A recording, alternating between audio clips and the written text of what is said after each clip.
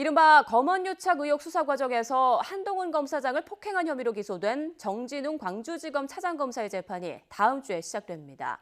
현직 검사가 검사장을 폭행한 이례적인 사건이기도 하지만 최근 갈등이 깊은 추미애 장관과 윤석열 총장의 대리전 성격도 띈다는 점에서 주목받고 있는데요.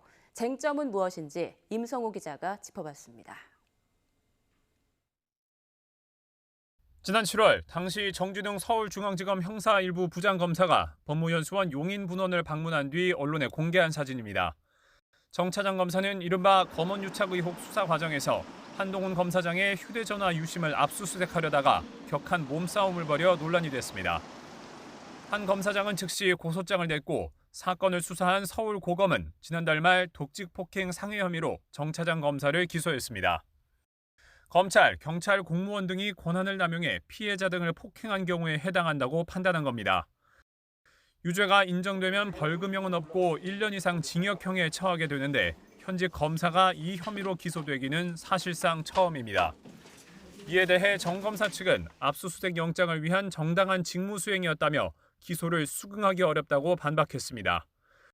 다음 주 시작하는 재판에서 핵심 쟁점은 정 검사의 직권남용 행위가 있었는지 여부입니다.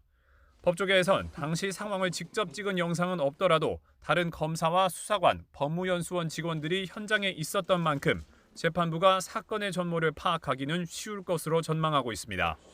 평소에 그 수사 관행에 좀 어긋나게 해서 그 피의자의 그 인권을 지나치게 하였느냐, 이슈가 되겠죠. 하지만 유무죄에 대한 판단은 일반 형사 사건처럼 쉽지 않을 거라는 분석도 나옵니다.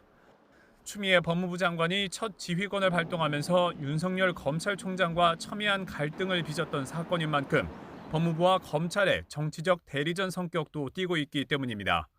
간접적으로 영향은 있을 거예요. 왜냐하면 그 당시 상황 자체, 정 차장이 그렇게 행위를 할 수밖에 없던 재반 상황이라든가 이것들이 전부 다 변론 과정에 나오지 않겠습니까?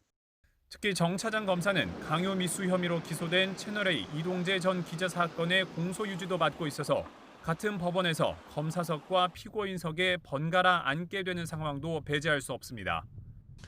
날로 첨예해지는 추미애 장관과 윤석열 검찰총장의 갈등이 이번 재판을 계기로 법정에까지 옮겨붙으면서 혼란이 가중될 수도 있다는 걱정이 법조계 안팎에서 나오고 있습니다.